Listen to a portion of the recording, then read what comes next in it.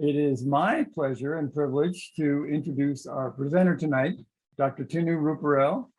Dr. Ruparel began his academic career in microbiology and physiology, but then pursued interest in philosophy, which then in turn led to graduate degrees in the philosophy of religion. He teaches a very full course calendar at the University of Calgary while supervising 5 graduate students in religious studies, as well as participating in strategic research initiatives related to human dynamics in a changing world. Also, the One Health Interdisciplinary Initiative, focused on the interplay of people, animals, and ecosystems. So he's a busy man. He has more publications than I cared to even tally up, including a list of books he either wrote, contributed to, or edited. His current research interests include comparative philosophy, hermeneutics, idealism and Indian philosophy, religious pluralism and interreligious dialogue, and of course, science and religion, which makes him a perfect presenter for tonight's webinar as part of our series here at IRAS. Please welcome Dr. Tinu Ruparel, who will present on reclaiming the comparative perspective, the fecund ironies of perspectivalism, an intriguing title for sure. Please remember, as we go about the evening, you can enter questions into the Q&A at any time, but not the chat. And with that, Dr. Ruparel, take it away. Thank you so much. Hopefully everybody can hear me. Thank you very much, JD, for a very kind introduction. And thank you also to Maynard and to CJ and to our respondent, Dr. Sharon, for being here today, for making this talk possible, and for inviting me to think with you through some of these questions. I'm going to share my screen, so just give me a second here. Hopefully this all works.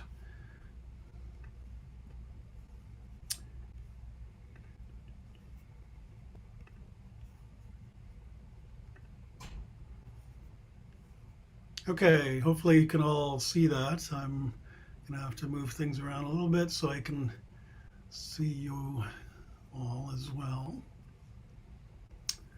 Great. Okay, so if everything's working, if not, then somebody needs to just jump in and tell me, and I'll try to fix things as we go.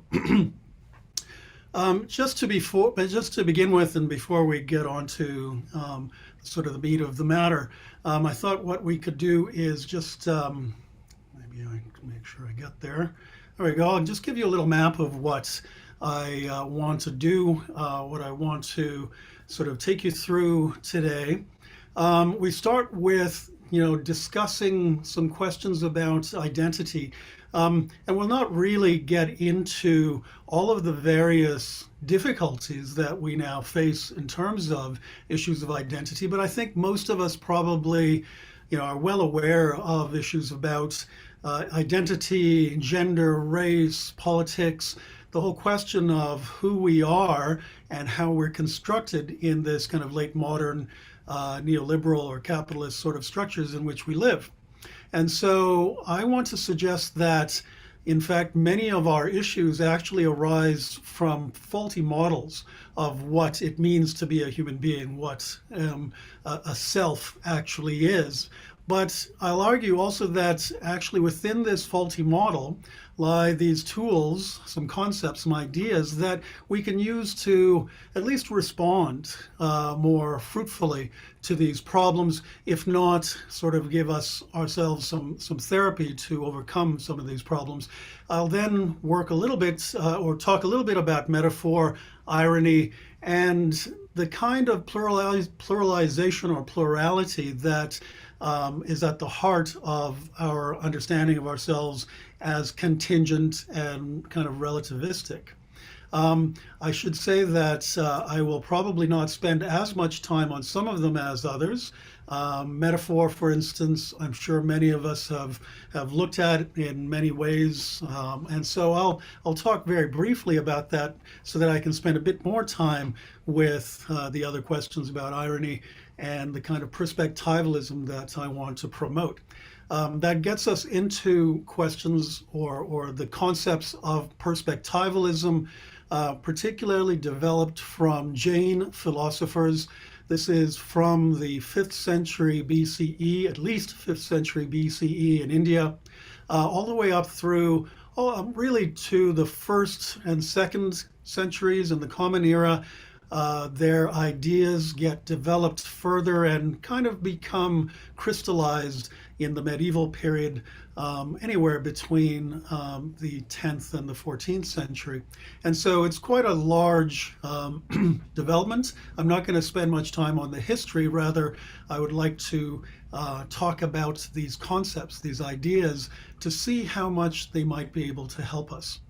And finally, at the end, I want to suggest that one of the best ways we might be able to apply these new ideas, these therapeutic interventions, is through looking at the American philosophical school of pragmatism, particularly the work of the late Richard Rorty, and in fact his, as it were, long lost last book, a book that just came out last year and is composed of about 10 essays from, actually I don't know if it's 10 essays, but they were composed in the last 10 years of his life at least.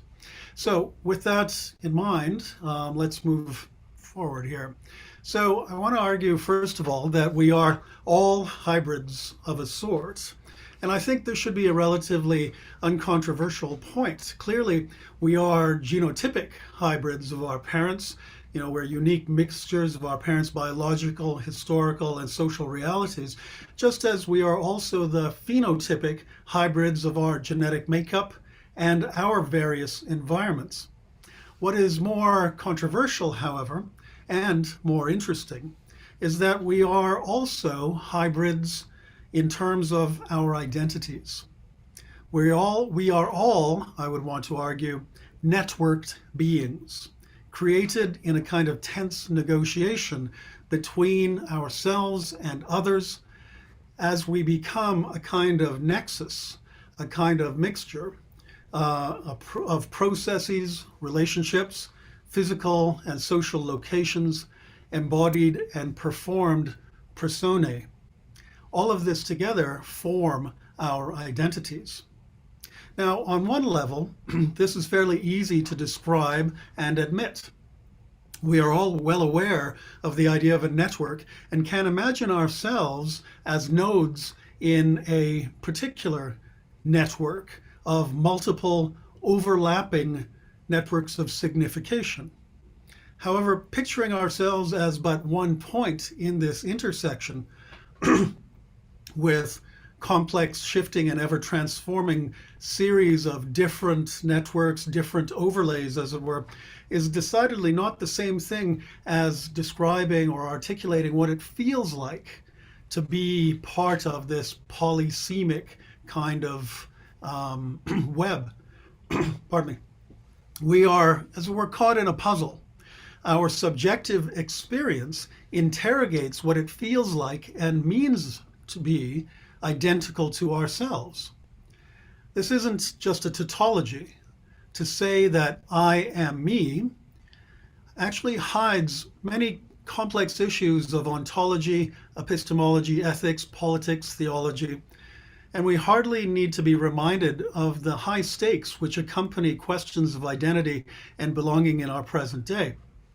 Which gender one identifies with, which nation or political party one belongs to, which race or ethnic community of which one is a part, the religious or irreligious traditions to which one might adhere. All of these are contested spaces.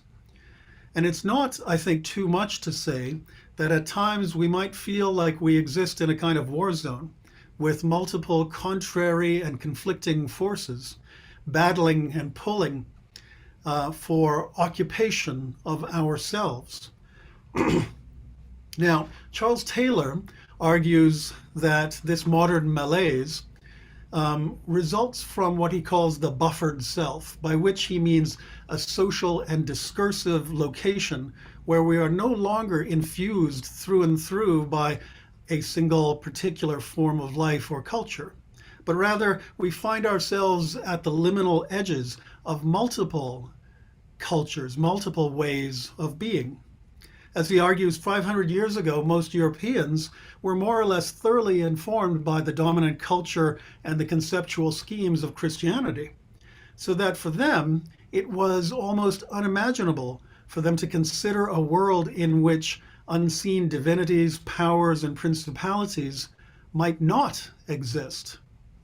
The enchantments of this world were for them real embodied facts of the universe, part of the furniture, and it would have been as obvious to them as the palms of their hands. Importantly, the pre-modern self was understood as continuous with the world in a great chain of being. The particularities of individual creatures manifested through their own kind of specific wavelengths, the infinite spectrum of their creator. Now, in contrast to this kind of porous, connected, and kind of imbricated self, the modern buffered self developed through a long history of categorizing and ordering, whereby the world and the self were, as it were, resolved and separated. Now, this is a complex history. He wrote a very long book called The Secular Age, if you're interested in this intellectual history.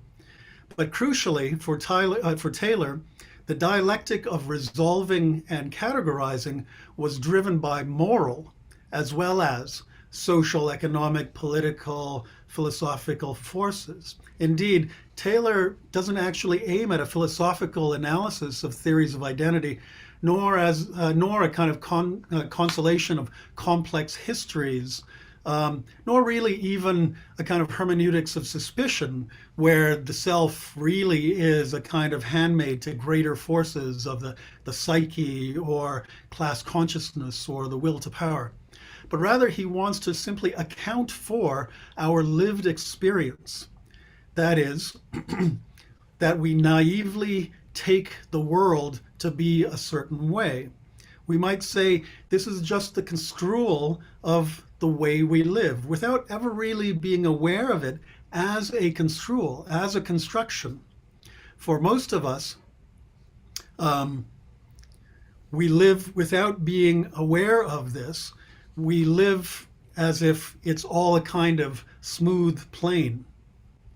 Now, as the world becomes further disenchanted, so the buffered self comes into focus as a particularly modern kind of entity.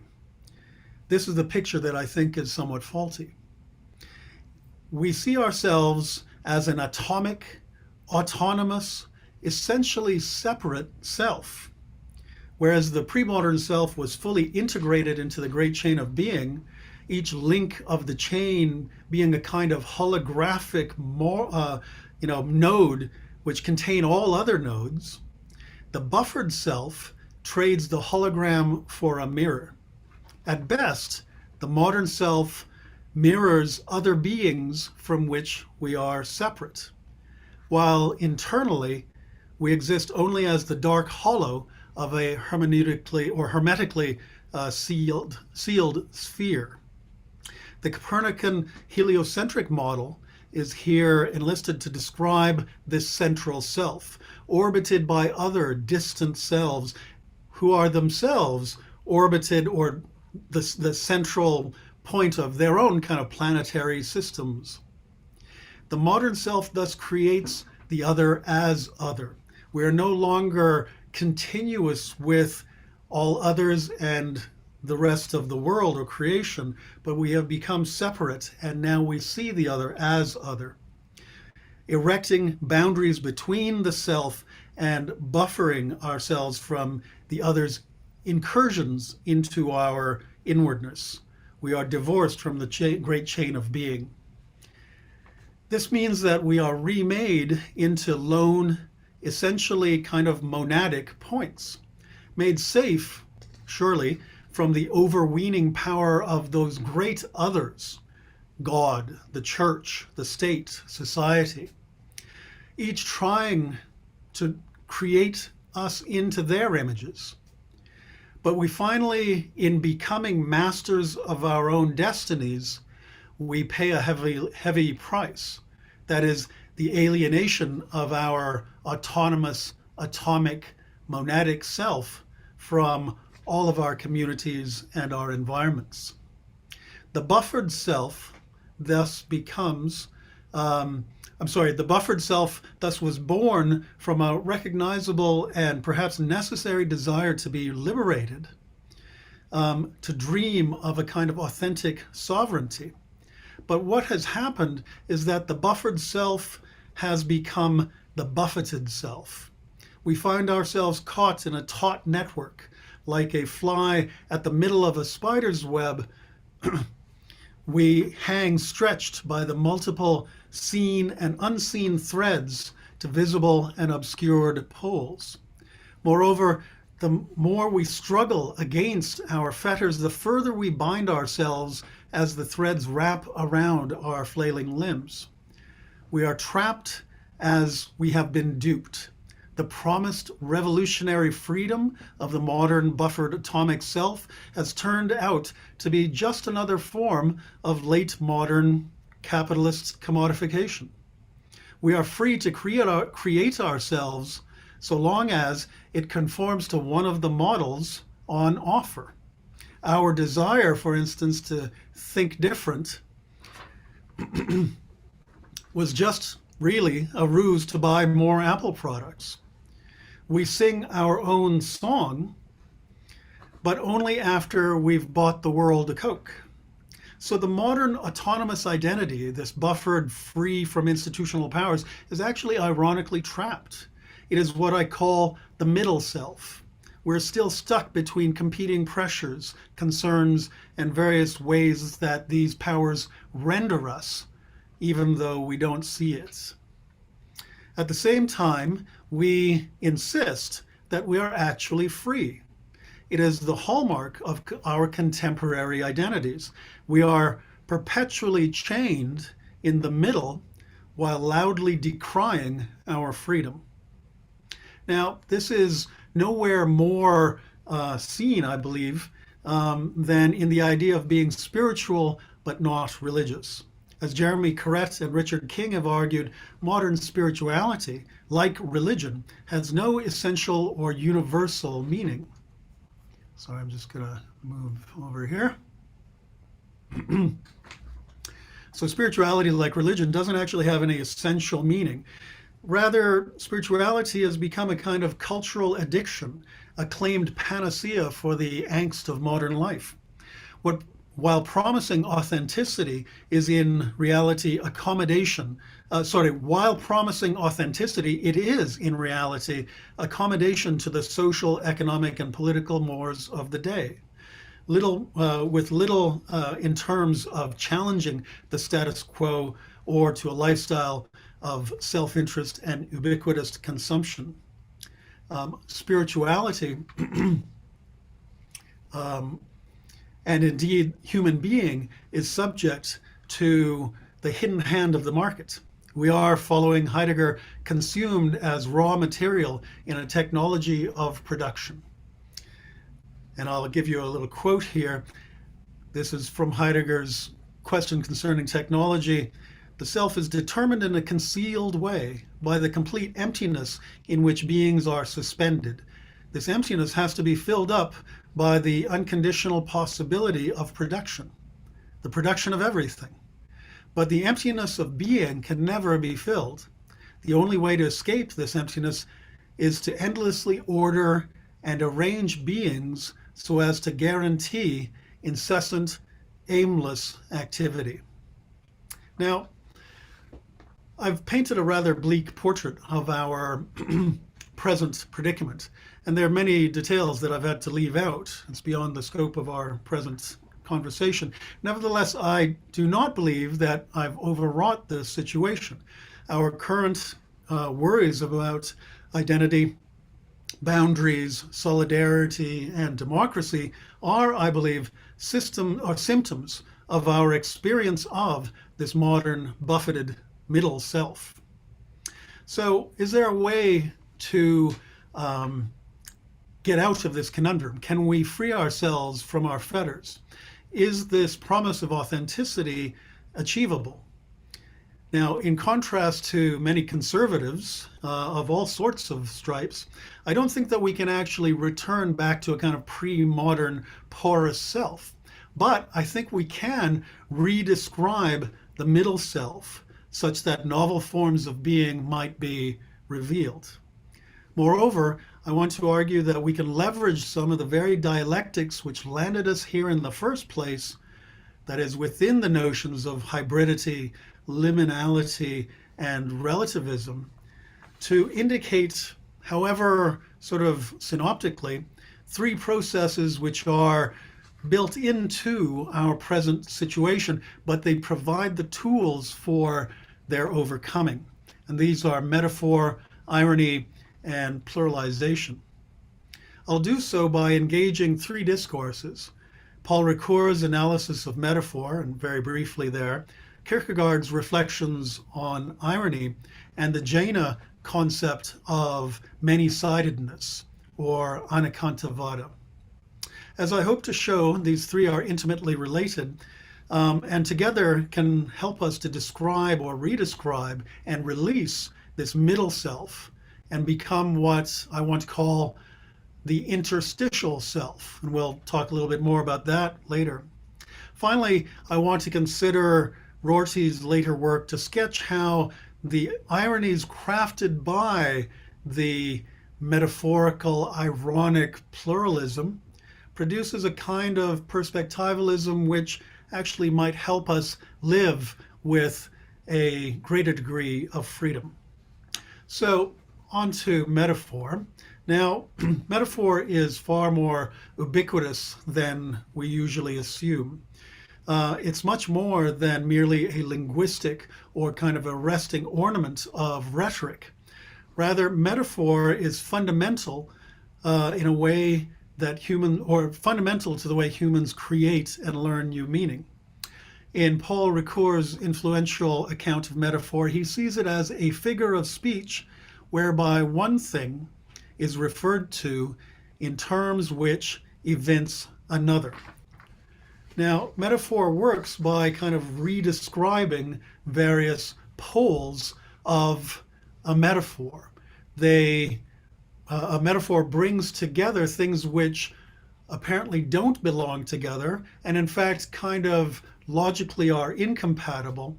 And within the dialectic of metaphor, these poles are redescribed by each other through the associated commonplaces which we imagine with those poles. An example that he gives is Freud's example of man is wolf.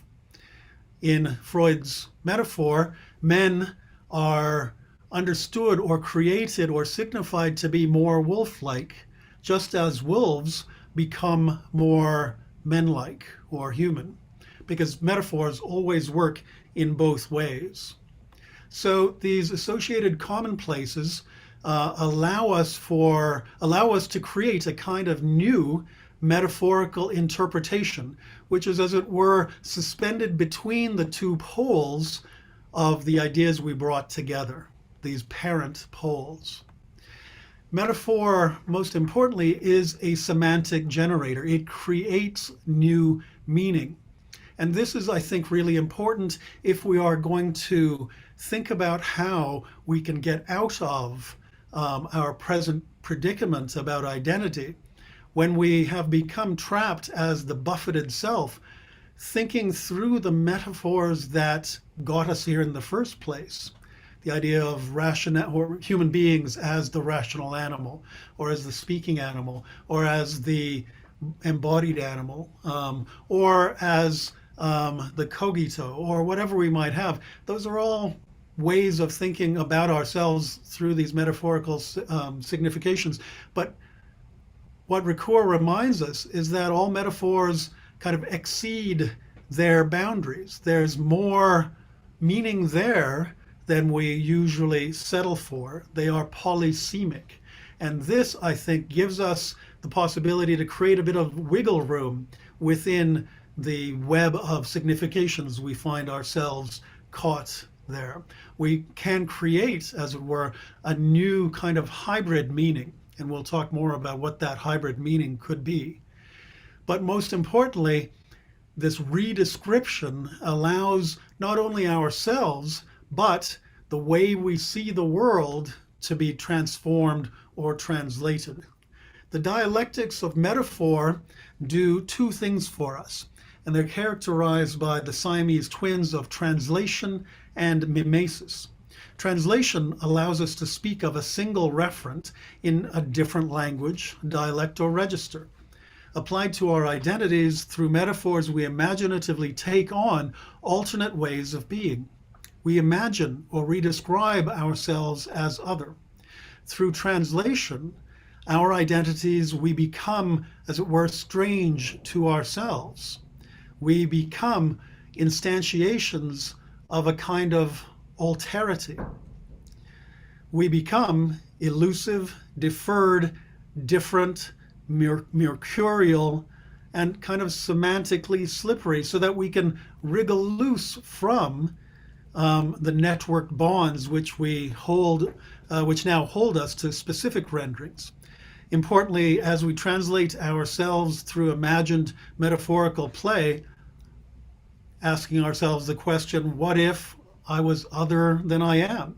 What if I imagined myself as my neighbor, through her eyes and through perspectives, translating myself in her image? Now, this isn't cultural appropriation. We have to be careful about this kind of translation and cognizant of the ways in which we might unwittingly just recapitulate structures of dominance in the status quo. But I hasten to add, what I'm emphasizing here is a type of imaginative play.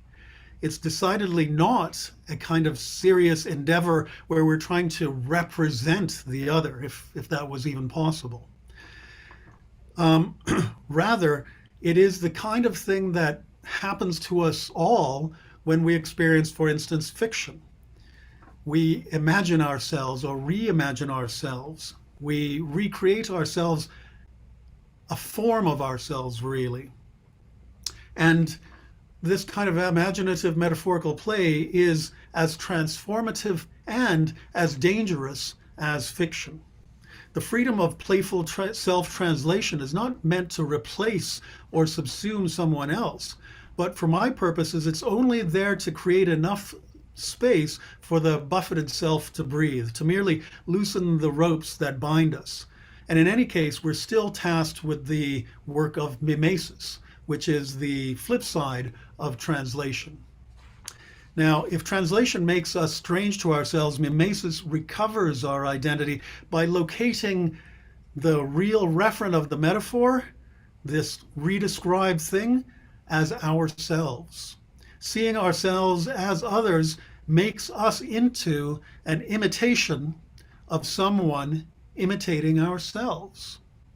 We're not trying to represent the other. We can't become them.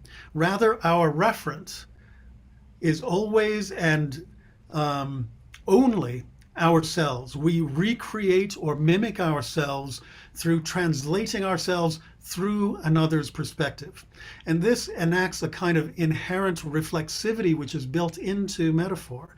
One plays at the foreign identity for the sake of and modulated by one's primary audience, ourselves. In so doing, we can make the foreign commensurable and understandable to us. And you might know the work of Donald Davidson here. He argues that, in fact, this is a kind of necessary first step in understanding anything at all. We must first relate the other to the self. This both and tension that arises between translation and mimesis is, in fact, how the redescribed middle self ends up kind of being built in this interstitial space. And it has a discursive analog in the concept of irony, which is what I want to turn to now. So I'll move there. So irony is, as the OED tells us, the expression of meaning in language which normally signifies its opposite. It is therefore a conscious act of saying while at the same time unsaying. It's deliberately to steer a path in between two contrary positions, affirmation and negation. But irony is actually closer to negation, since anytime we say anything at all, we are implicitly affirming at least its notional existence. So to speak ironically is to add the unsaying part to what we have just said, to add the simultaneous negation to our positive affirmation. We can immediately see a kind of productive tension at the heart of both irony and metaphor. And for my purposes, the creation of this interstitial self out of the middle self is to recognize our fundamental ironic perspective. Now, I want to dispel one connotation of irony immediately. Sometimes we think about irony as being kind of aloof or condescending. And in recent times, we've associated this ironic position with a kind of self-congratulatory, kind of condescending mood of detachment or ennui. It's characteristic of what Nietzsche calls the last man. But the great philosopher of irony, Kierkegaard, would consider this kind of detachment mere cowardice. As I say, saying as kind of unsaying, he says it's a way of being engaged with, or being, a way of to avoid being engaged with the real issues of life in order to remain a child. The kind of irony Kierkegaard describes as a much more mature and humbling sort of vocation. He suggests that when we struggle to become a human being, we commit ourselves to this ironic tension, where we affirm, as a matter of the most passionate inwardness, what we know to be false or objectively indeterminate. He argues that irony is a kind of qualification of our subjectivity. In irony, the subject is negatively free, since the actuality that is supposed to give the subject its content is not there. He is free from the constraint in which the given actuality holds the subject, but he's a kind of negatively free, and that's why I say it's irony is sort of an adding a negation. As such is suspended, because there's nothing that actually holds him. But this very freedom, this suspension, gives the ironist a certain enthusiasm, because he becomes intoxicated, so to speak, in the infinity of possibilities.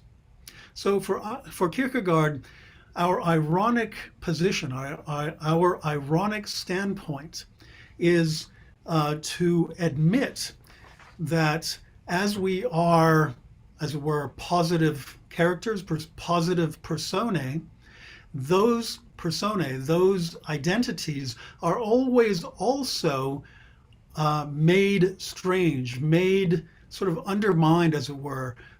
They're negated by the other ways in which we may be, in which we can actually live. And this is quite a subtle point.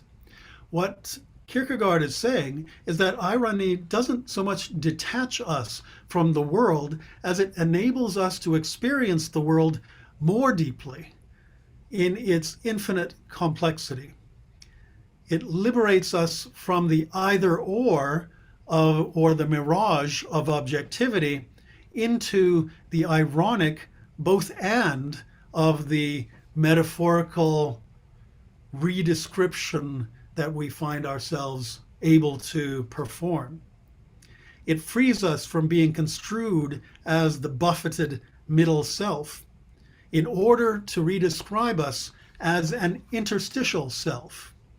Interstice being in the middle, in that space between, what I'd want to call or define as a mobile plane of dynamic, a mobile plane of dynamic intersecting relations. So the interstitial self is more like that kind of nexus between the various kinds of networks that we find ourselves to be a part. This interstitial self is also characterized by, in some ways, the narrations characterized by the stories we tell and the stories that are told about us. And this, again, brings us back to the kind of metaphorical foundations of our models of the self, models of our being. This dynamic intersecting relations, I want to argue, also kind of makes new, or fecundifies, if I want to use that term. It makes fecund the world in a new way, and we'll get to that later. The overbearing and deadening objectification of the modern Enlightenment mechanization of the world, with its atomic and monadic self, is reborn in an effusive, abundant, and infinitely generative garden of self-creation. The metaphorical ironic recreates the selves within a world which recovers our polymorphous, polysemic, and our playful performance of the self. Excuse me.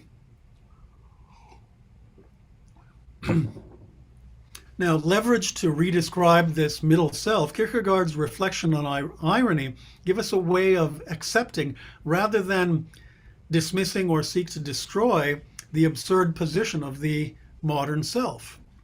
Following Boethius, Kierkegaard consoles us through not lady philosophy, but perhaps lady irony, nourishing us to become a knight of faith, believing in the self, but knowing that there is no foundational soul, psyche, mind, or spirit that underpins the emergent subjectivity of consciousness. Engaging with a kind of technological rendering of the world, while at the same time simultaneously being rendered by it. Speaking of God or the transcendent, yet knowing that our words can have no real reference. Irony is the mode of being of the redescribed middle self. And as such, it is not ontology, but actually aesthetics, which occupies the role of first philosophy. There's a controversion of the traditional philosophical hierarchy. And if Ricoeur provides us a kind of metaphysics of the self, Kierkegaard provides us an aesthetics. And I want to now consider an ethics of plurality through the Jaina concept of pluralization, or anekantavada. Now, the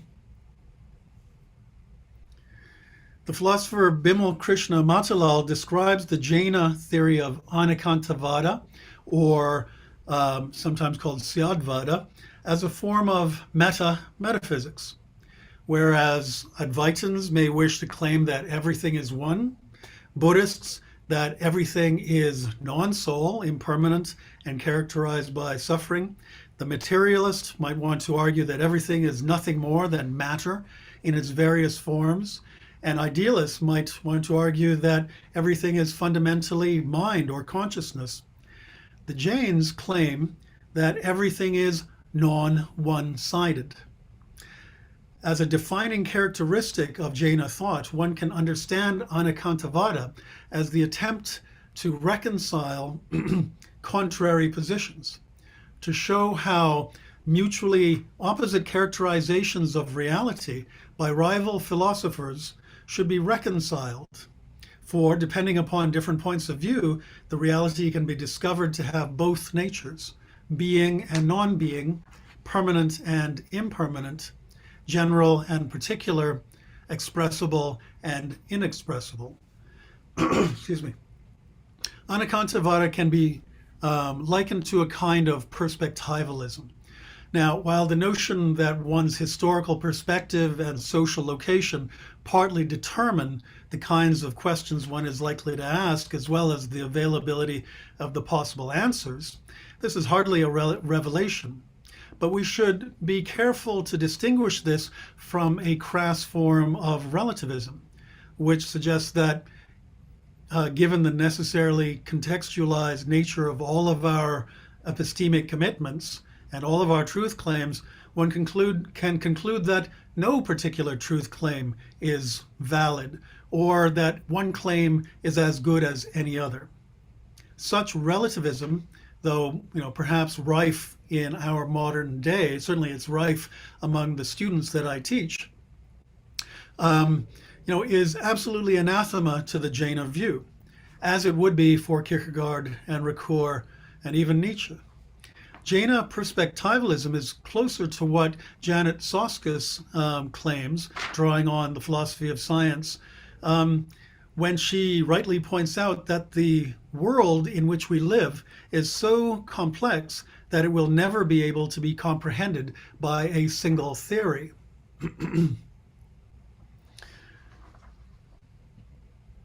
This is an old insight, and Aquinas stated it well when he wrote, "There is nothing to stop a thing that is objectively more certain by its nature from appearing subjectively less certain to us because of the disability of our minds."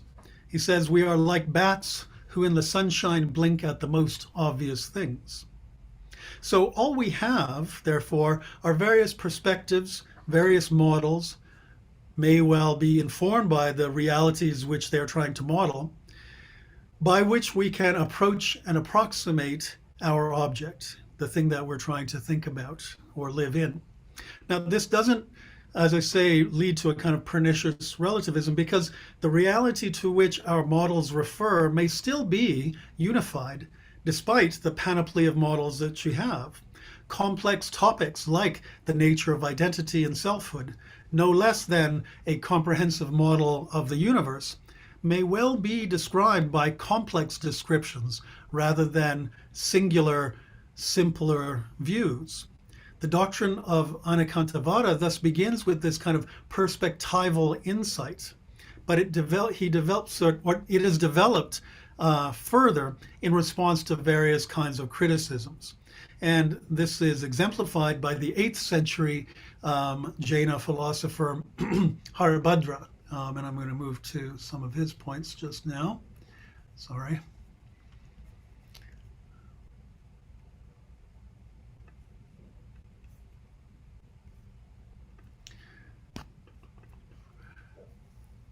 So, as I've been trying to point out, this is a non-relativistic and realist position, which actually gives up a kind of endpoint of a qualified, contextualized realism, right? So the Jainas are not sort of saying that the world is a simulation, that it doesn't actually exist, that it's some kind of mirage. What they are, however, trying to argue is that everything that we want to say about the world is qualified in certain ways, because every well-formed proposition is carries with it sort of implicit qualifications.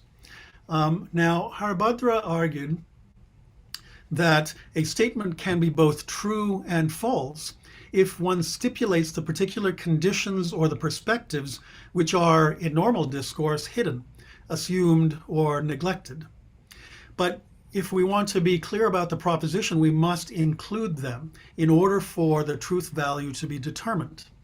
Now, at this point again, a critic might claim that this doctrine really amounts to a kind of fairly banal insistence that for us to be able to ascertain the truth value of a statement, we have to just simply stipulate all the various indexicals, as they call it, which pertain to them. And when you fully contextualize the proposition, then its truth becomes kind of eternal, as Quine would put it.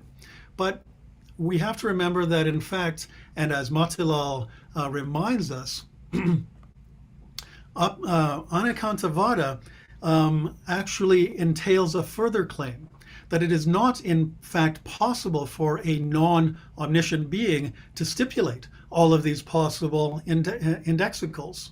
Thus, we are limited human beings. We have to refrain from imagining that we have the ability to exhaust all the possible states of affairs. Matilal argues that this plethorization of perspectives, which is inherent in anekantavada, therefore is a kind of ethical command to limit our tendencies to universalize and generalize. we have to leave ourselves open to revision and, in fact, even rejection of our prejudiced and necessarily limited views. Now, Haribhadra in some ways echoes or I should say is echoed by J.S. Mill, who championed a kind of fallibilistic epistemology, which insists that no truth claim arrived at through reference to any empirical data is immune from revision or even refutation. And thus we must maintain a kind of humility. We maintain our beliefs in a humble way because in the end we might be shown to be wrong about any and every truth claim.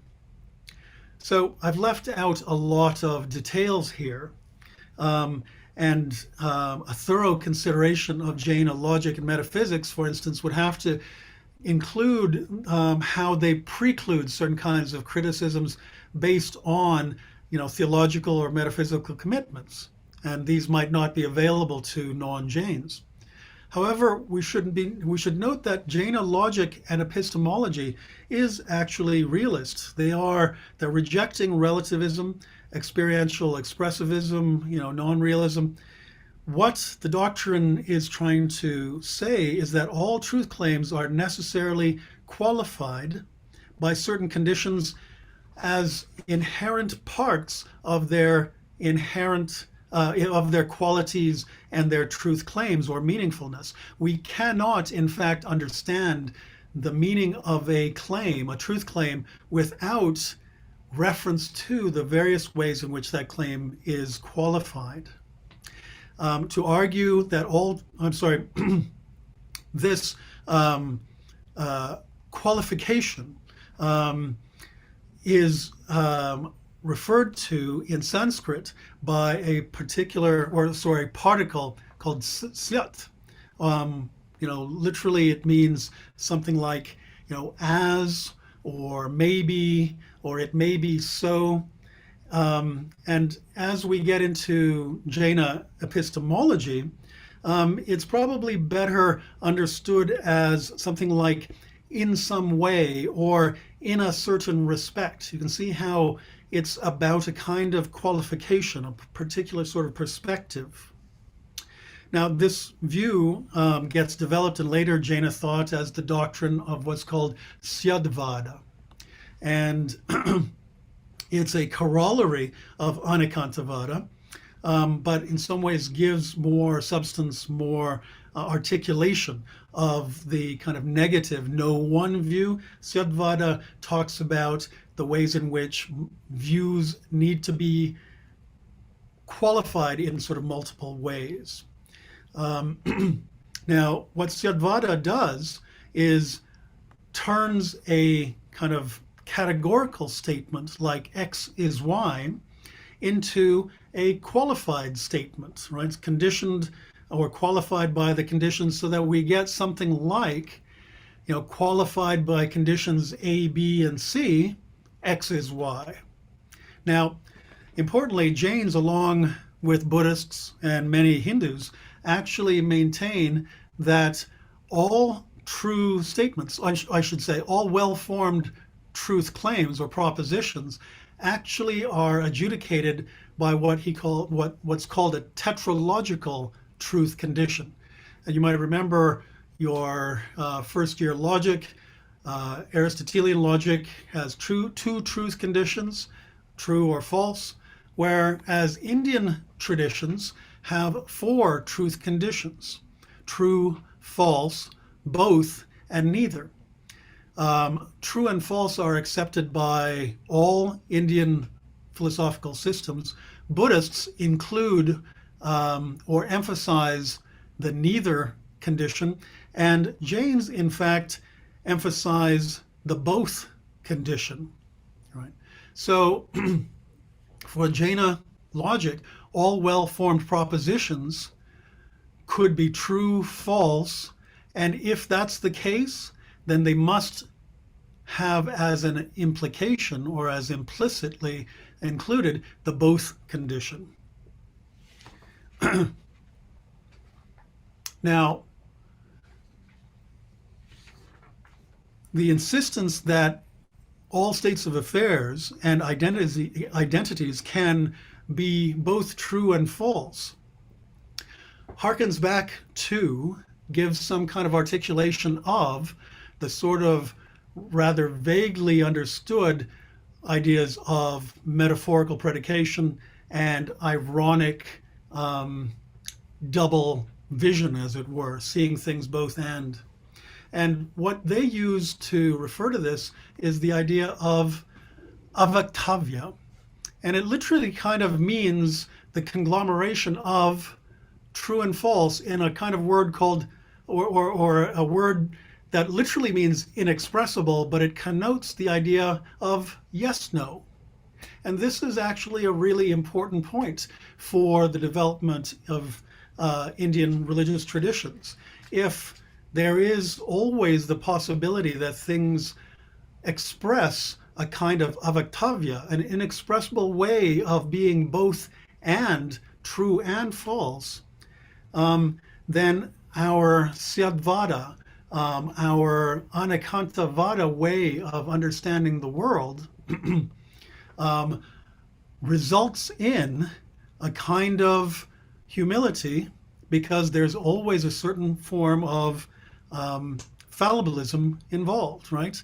As Matilal suggested, anekantavada has this kind of built-in humility. So what I want to argue is that this Jaina view, this Jaina perspectivalism, gives a kind of structure or substance to something that we are getting at in the metaphorical ironic. Whereas Ricoeur and Kierkegaard articulate the subjective and the hermeneutic features of the tensions inherent in our experience of hybridity and liminality, the Jaina philosophers clarify and stipulate how this experience translates both to truth claims and conditions our epistemologies. Sorry, I'm just looking, we're almost finished here. So what Ricoeur leaves as a kind of imaginative metaphorical twist, and Kierkegaard unapologetically pins on the absurd, the Jaina thinkers recover as this syadvada, this anekantavada, a method of kind of qualified categorical statements.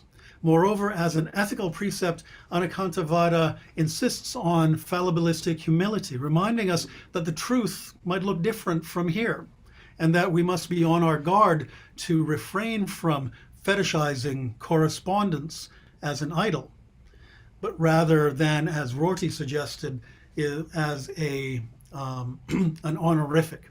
And this gets us finally to this pragmatic consolation. So let's just review a little bit here. I began by suggesting that metaphor provides us a kind of semantic breathing space. Irony allows us to kind of accept the sensibility, the possibility of this kind of both and way of living. And that finally, anekantavada leads us to a kind of perspectivalism about the real truth, but also insists on a kind of fallibilistic humility. So I want to argue finally that actually pragmatism, particularly the kind of pragmatism developed by Richard Rorty late in his life and career, might in fact give us a way to apply some of these insights. So in the foreword to this posthumous collection, Pragmatism as Anti-Authoritarianism, Robert Brandom claims that the collection of essays written about 10 years before Rorty's death represent his long-lost last book. It is his mature vision of his version of pragmatism, and it seeks nothing less than to finish the project of the Enlightenment, not by doubling down on the myths of pure rationality, anchored by some modern self, but rather it is the edifying lesson that fear of God and fealty to his authority are to be replaced by human freedom, self-reliance, and solidarity in the form of individual autonomy on the side of ethics, and social commitment to and participation in liberal political practices and institutions on the side of politics. So for my purposes, I want to highlight a key insight Rorty develops in this text, that the goal of religion, by which he means, human projects striving to deliver on human ideals, as well as the same in terms of science, human projects aiming to deliver a certain kind of flourishing. These goals cannot be singular, but they have to be multiple. We must give up on both the idea of we must give up on both the idea of scientific objectivity as well as dogmatic religious fealty. We give these up in favor of a fundamentally ironic acceptance of a perspectival pluralism. And Rorty uses the idea of polytheism, or rather romantic polytheism, to articulate this idea. And I'll give you a kind of long quote here. He argues that this polytheism is recommended in a famous passage near the end of the Varieties of Religious Experience, where William James, one of the fathers of pragmatism, says, if an Emerson were forced to be a Wesley, or a Moody forced to be a Whitman, the total human consciousness of the divine would suffer. The divine can mean no single quality. It must mean a group of qualities, by being champions of which, in alternation, different men may all find worthy missions, each attitude being a syllable in human nature's total message. It takes the whole of us to spell the meaning out completely. And this, I think, encapsulates the logic of the pluralistic, perspectival, metaphorical, ironic, which the Jainas give us, as it were. This picture of polytheism is consonant with the perspectival, metaphorical view I've been developing. It is a rejection of the monological and the homogeneous, both in science, which might claim to give us a theory of everything, as much as in the exclusivist, monological, Abrahamic monotheism. Rorty then gives us a definition. He says, you are a polytheist if you think that there is no actual or possible object of knowledge which would permit you to commensurate and rank all human needs. There is no such thing that explains and commensurates and ranks all of human ideas and needs, all of human ideals. We have to give up on what Heidegger called the ontotheological project. That is a tradition that tells you that you should be trying to find a way to make everything hang together, which will tell you how human beings are, what they are, what to do with their lives, and tell them all the same thing.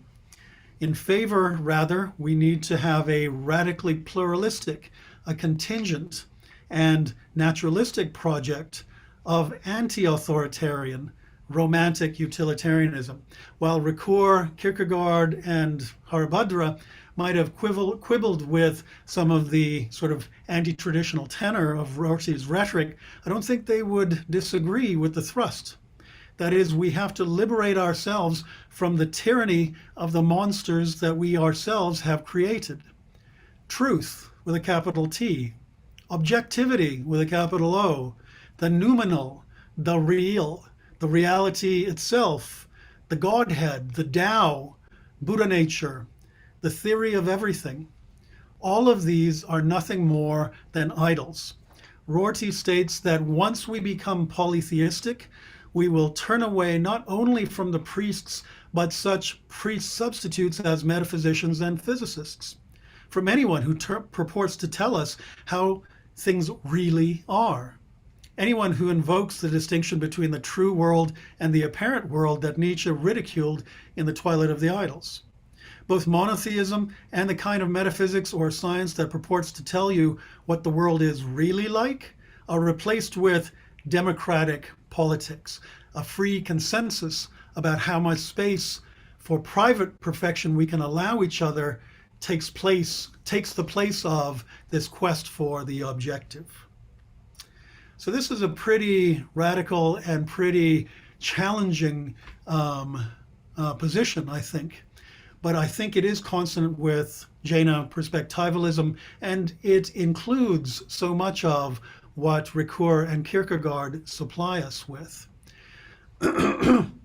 What then becomes with religion? What becomes of religion and science? If we're to eschew the truth and picturing the world of the really real, are we kind of relegated to just telling stories about the social and natural world which we can never be certain of? Now, while Kierkegaard whispers something about the absurd, and Ricoeur might sort of give us a Gallic shrug, Haribhadra may silently affirm the avaktavya, the yes-no. We can console ourselves, I want to argue, with what is good enough, usefulness, and the striving of human flourishing.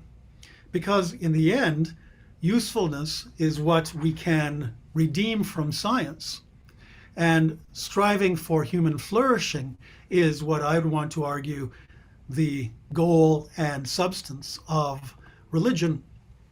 And so in the end, Rorty ironically leaves things as they are. We can still do science, but we just have to give up on some things. And we do religion also giving things up. We leave things as they are, but we give up on the self-created monsters we have imagined. So that's in the end. Thanks very much, and I'm really looking forward to having some conversation.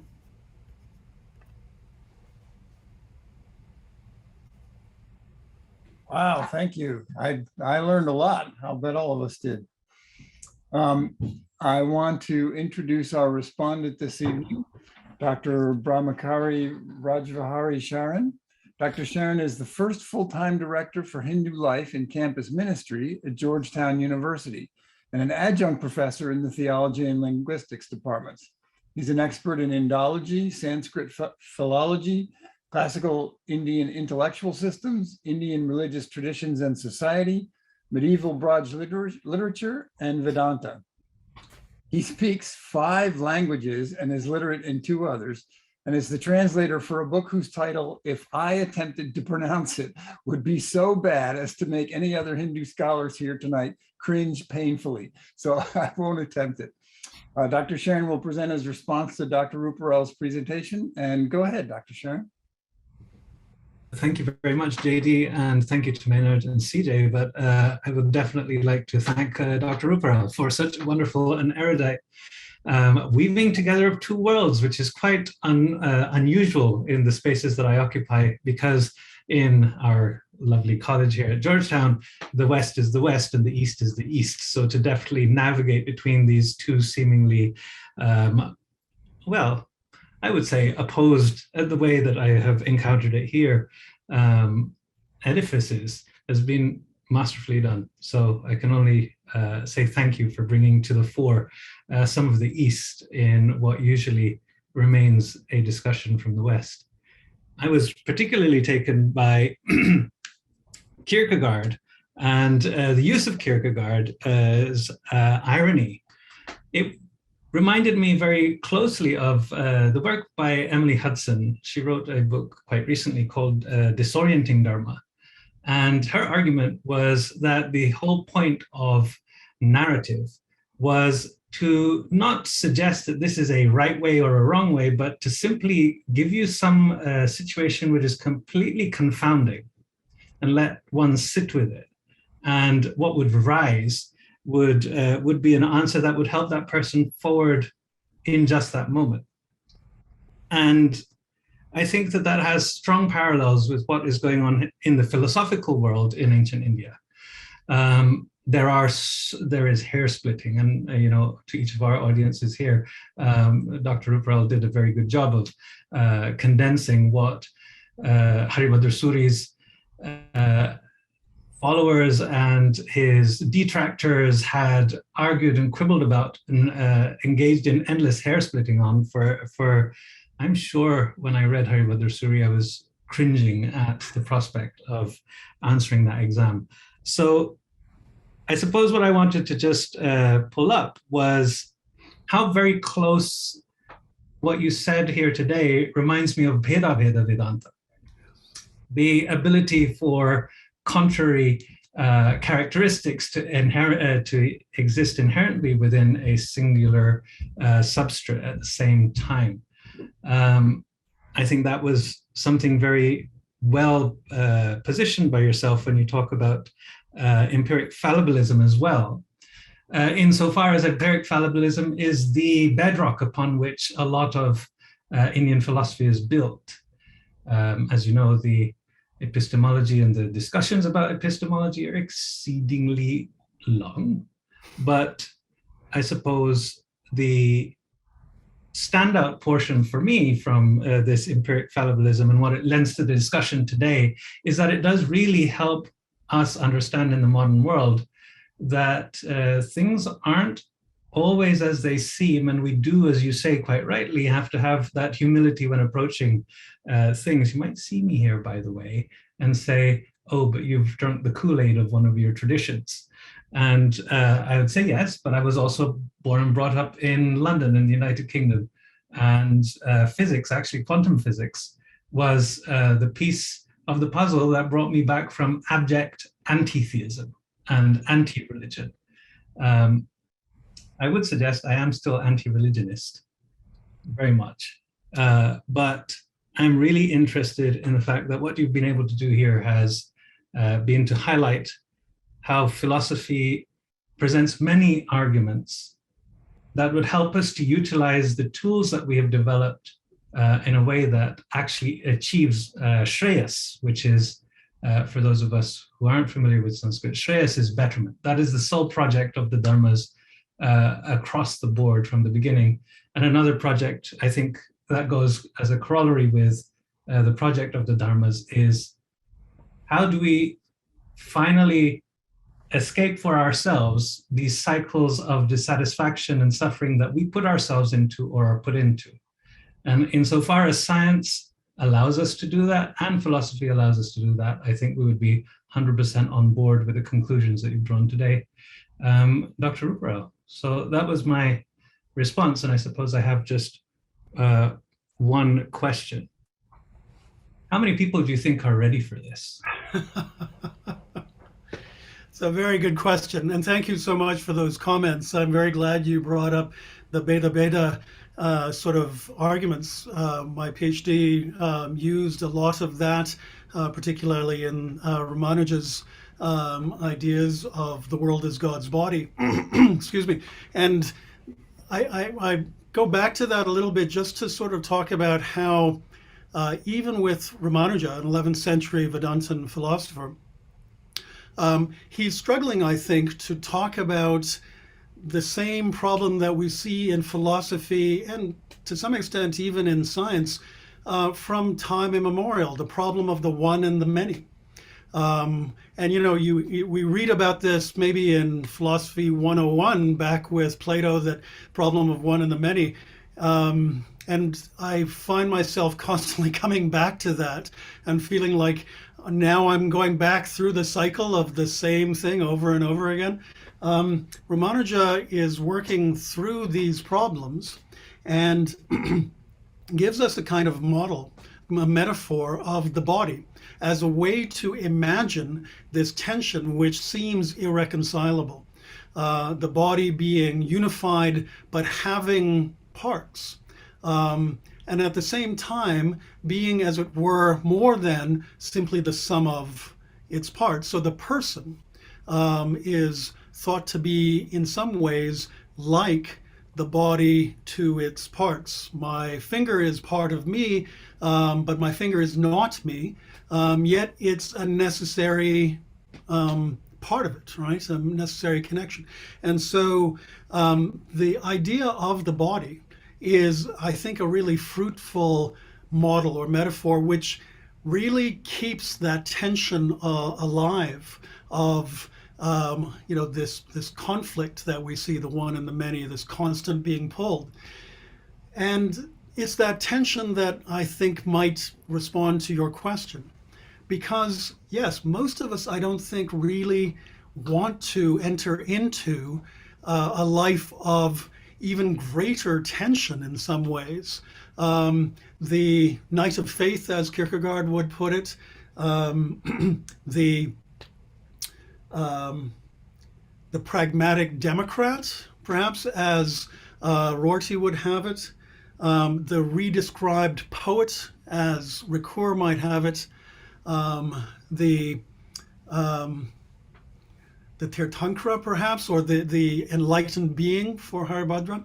All of them, in some way, find a way to not resolve the tensions, but to turn these tensions into a source of fruitfulness, a kind of delight, a kind of coming home, if we want to call it that, a kind of recovery, and certainly a form of liberation. So the tension is there. It's actually going to be much harder before it gets easier, but the ultimate sort of payoff is perhaps absolute if we look at some of them. How many people are willing to enter willingly into this kind of tension, this greater tension? I think more and more. This is something that I think I see more and more of my students. I get older and older, my students are perpetually 19. And as every year comes along, these students seem to, express more and more dissatisfaction with the status quo, a greater willingness to, really kind of overthrow things. And that might be actually quite upsetting to old people like me. But I think there is a greater and greater appetite for entering into the hard work of working through oneself, working through our society, dealing with all of these tensions that might help us to maybe not completely sort of solve everything, but at least get to a stage where we can recover and we can make fruitful, fecundify our lives in a particular way. What Kierkegaard says is that we are all part of the journey of infinite resignation, and through, for him, the leap of faith, we can return the Knight of Faith for whom everything is a gift. And that, I think, is really quite important to remember. If we can articulate that, the idea of transforming everything to a gift, then I hope that more and more of us are going to be willing to actually do this. That's my hope too. Thank you very much. I understand Dr. Sharon has another appointment.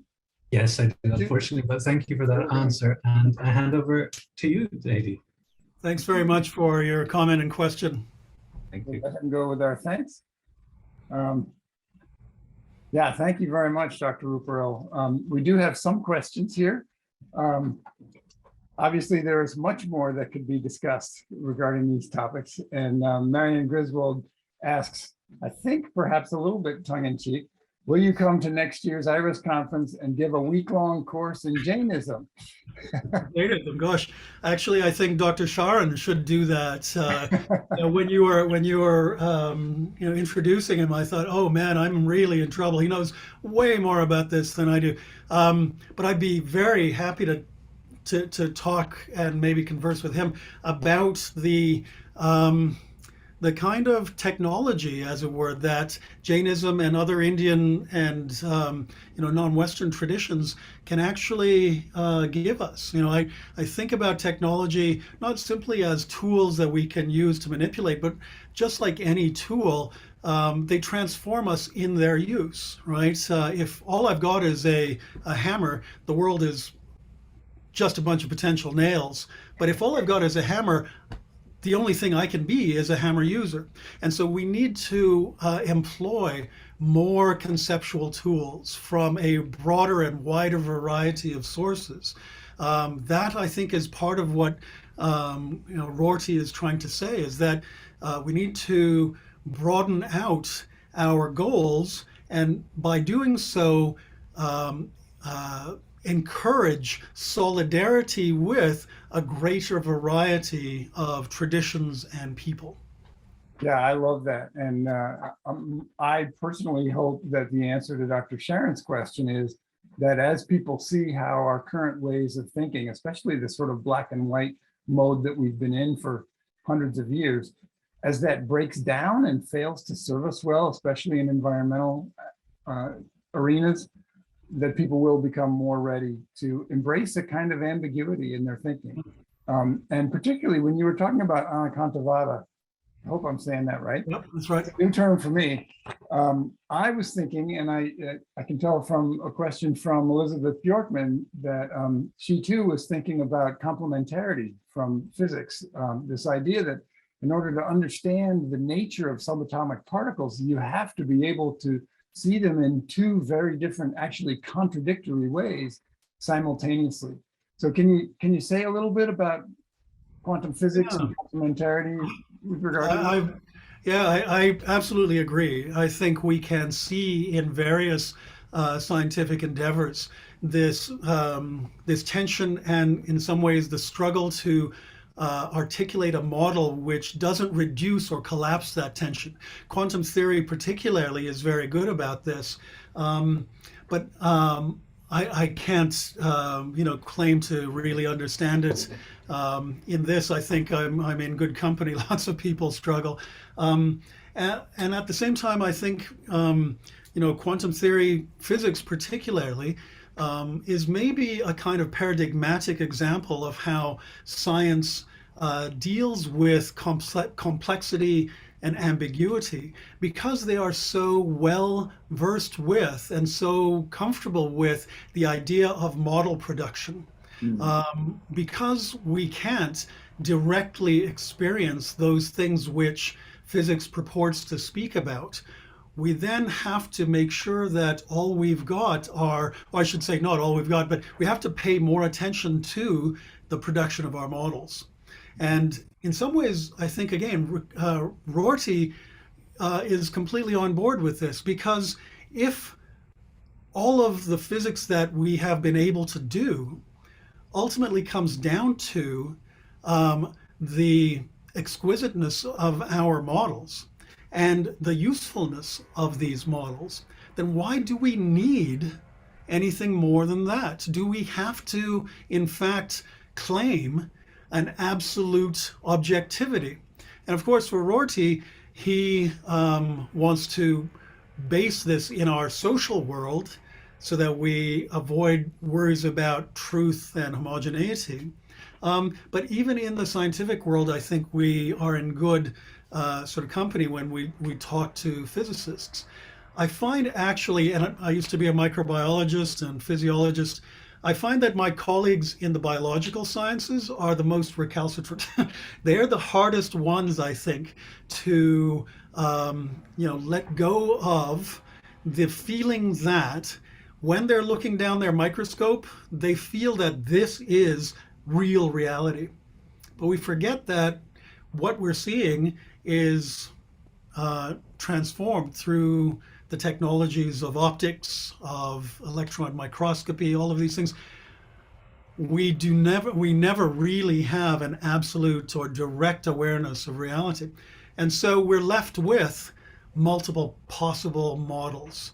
And the complementarity, I think, is a great point, because, as Rorty says, to try to consolidate all of that into one model is wrong-headed. Well, they're trying. And it's a great project, so long as we realize it's just a project, right? Because there's so much useful stuff that comes out of those projects. But we shouldn't be fooling ourselves into thinking that we now know the truth in big T. Well, and that's the hubris that science has wrestled with since the beginning. Does our current understanding represent everything, or is it always partial? Marion has weighed in again, saying it was not tongue-in-cheek. She's serious. So please consider coming to the IRAS conference next year and sharing with us. Another question from Elizabeth Bjorkman. She writes, the doctrine of the Trinity with three truth claims give a possible higher dimensional understanding. For example, one eye sees two dimensions, two eyes sees three dimensions. So we lean on three perspectives to glimpse a dimension we're groping to perceive more clearly. Question mark. Yeah, that's again a great point. One of the things that I should say I just came from a class in which I'm teaching existentialism and Kierkegaard, and reading Kierkegaard's reflections on the Trinity. I think are actually quite useful here. I should say I kind of fall back on one of my old professors, Nicholas Lash, who wrote a really interesting book called Easter in Ordinary, Believing Three Ways in One God. And Nicholas at the time was, a theologian, is in fact, I think the Regius Professor of Divinity. And he was trying to articulate a way in which the Trinity could be seen in terms of complementarity. But the thing that from a Kierkegaardian sort of perspective, the thing that I would worry about or warn us about is that we have to try to turn discussions about the Trinity, we have to kind of recategorize them. If we think about the Trinity as primarily about a kind of knowledge, a kind of wisdom, understanding God or articulating God with certain kinds of characteristics, even when those characteristics produce a certain kind of absurdity and paradoxicality. I think Kierkegaard would want us to say it's not about what you know, it's how you act, it's how you live. And so what I want to suggest is that this paradoxicality we find in the Trinity isn't about being able to articulate a belief about God. Rather, it's more about trying to live in a particular way. It's about being, not knowledge. And as long as I think we try to remember that, we pull ourselves away from this